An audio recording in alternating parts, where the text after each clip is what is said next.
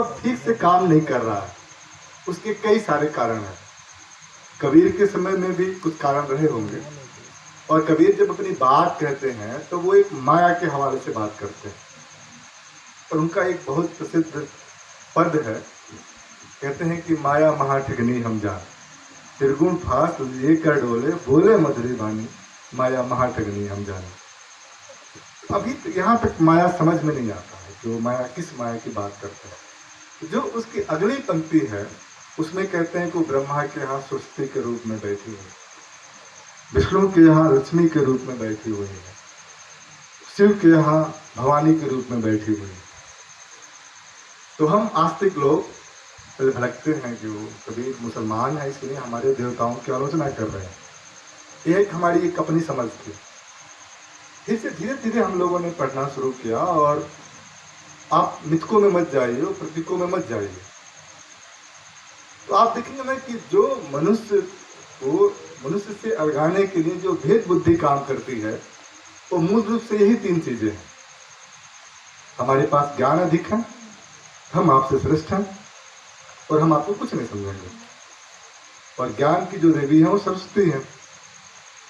हमारे पास धन अधिक है, हम ताकतवर अधिक है, मेरे पास धन संपदा अधिक है, तो निश्चित तौर पर हम आपसे श्रेष्ठ हैं, तो हम आपको कुछ नहीं समझेंगे।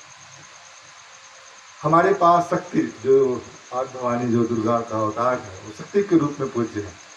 और उनके साथ साथ एक चीज और है कि वो सबसे रूपवान भी मानी गई है हमारे प्रतीकों में।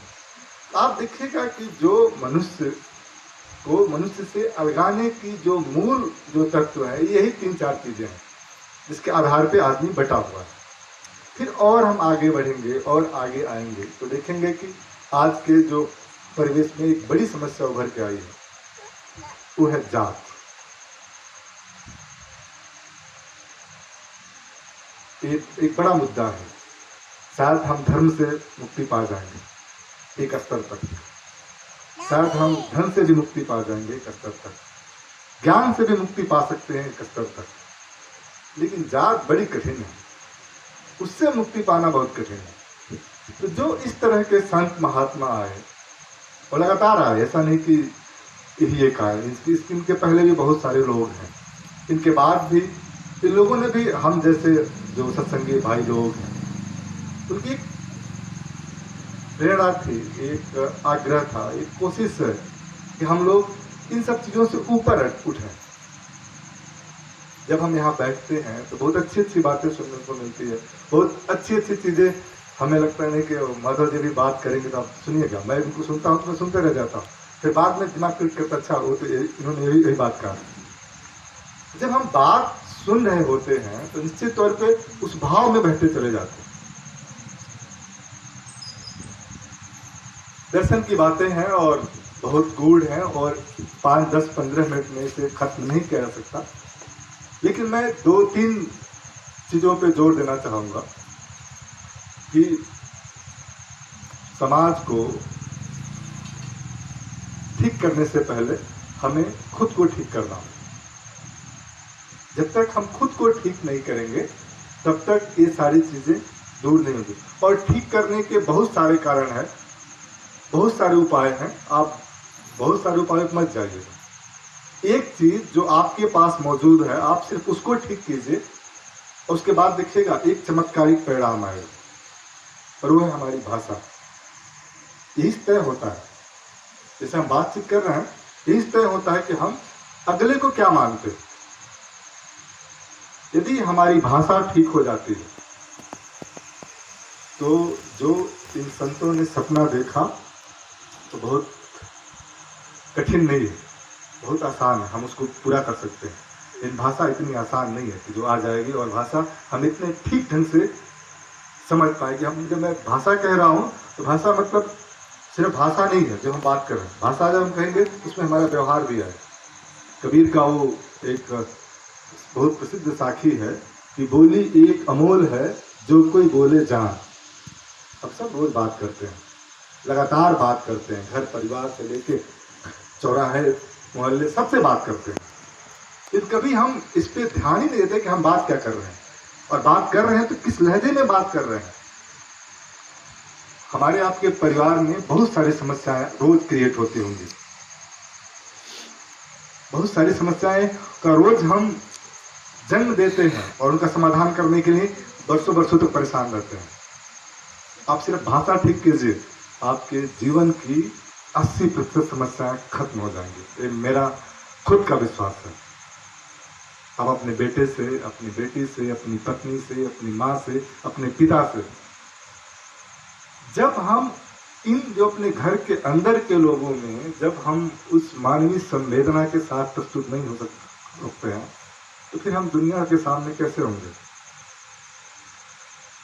हम अपने बेटे को अपने से हीन मानते हैं।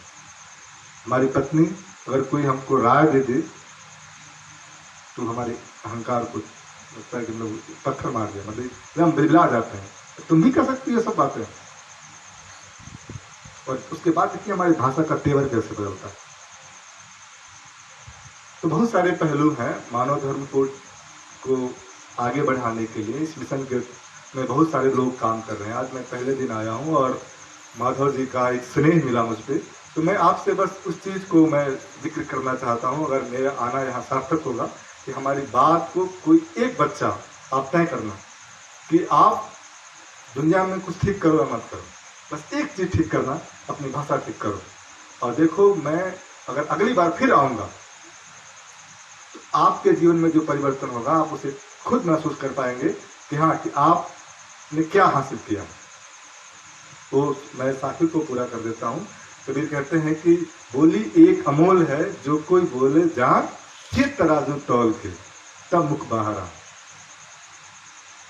वो ढेर सारे चीजें गिनाते हैं, कहते हैं कि जो सबसे महत्वपूर्ण चीज है वो है बोली।